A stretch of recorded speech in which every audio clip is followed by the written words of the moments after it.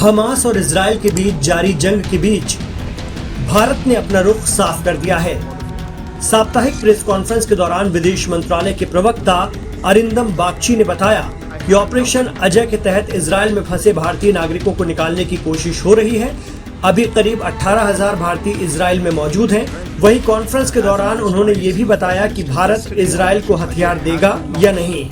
विदेश मंत्रालय के प्रवक्ता से जब पूछा गया कि क्या भारत इजराइल को किसी तरह का हथियार देगा, इसके जवाब में उन्होंने कहा कि अभी तक हमें इस तरह की कोई रिक्वेस्ट नहीं मिली है और न ही हम अभी इस तरह की कोई मदद कर रहे हैं। अभी हमारा फोकस इजराइल में फंसे भारतीय नागरिकों की सकुशल वापसी पर है। हमारे लिए फोकस इससे है कि किस तरह से भारतीय नागरिक जो वहाँ पे हैं उनको वापस ला पाए, जो आना चाहते हैं।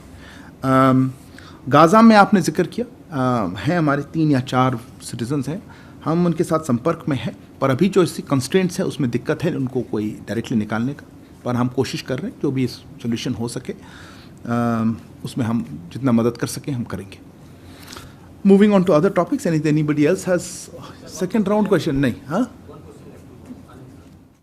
मधु आपने पूछा तो था। हाँ सॉरी, आपका स्ट्रेटेजिक पार्टनर के तौर पे देखिए, मैं आपको गलत प्रश्न पूछने, उन्होंने कुछ मांगा है हमसे, ऐसा कोई मुझे तो मालूम नहीं है। नहीं, जितना मैंने कह दिया, प्रधानमंत्री जी ने जो कहना था उन्होंने अपने ट्वीट में कह दिया है, उनका प्रेस रिलीज भी निकला है, उसके आगे मैं कुछ कह नहीं पाऊंगा और मुझे ऐसा कुछ मालूम नहीं उन्होंने कोई स्पेसिफिक रिक्वेस्ट की है हमें।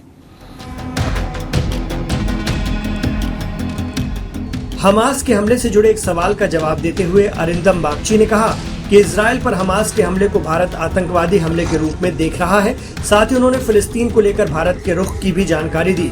उन्होंने कहा कि फिलिस्तीन को लेकर भारत की पॉलिसी लंबे समय से एक ही रही है। भारत हमेशा से बातचीत के माध्यम से आजाद और संप्रभु फिलिस्तीन बनाने की वकालत करता रहा है और अभी भी भारत का यही स्टैंड है। देखिए, हमारी जो पॉलिसी रही है वो हमेशा लॉन्ग स्टैंडिंग रही है, कंसिस्टेंट भी रही है। भारत ने हमेशा कहा है कि डायरेक्ट नेगोशिएशंस किया जाए, उनकी शुरुआत फिर से करें, उसका समर्थन किया है, जो कि इजराइल के साथ ऐसा, ताकि इजराइल के साथ शांति से सुरक्षित और रिकॉग्नाइज सीमाओं के भीतर रहने वाले एक संप्रभु, स्वतंत्र और वायबल पैलेस्टीनियन स्टेट का स्थापना करेगा। इजराइल पर फिलिस्तीनी आतंकी संगठन हमास के हमले के बाद प्रधानमंत्री मोदी ने इजराइल के साथ एकजुटता व्यक्त की थी।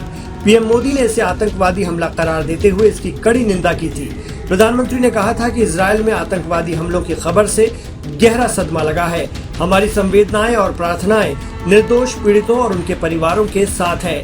इजराइल की मौजूदा स्थिति के बारे में बताने के लिए मैं इजराइल के प्रधानमंत्री नेतन्याहू को धन्यवाद देता हूँ। भारत के लोग इस मुश्किल घड़ी में इजराइल के साथ खड़े हैं। भारत आतंकवाद के सभी रूपों की कड़ी और स्पष्ट रूप से निंदा करता है।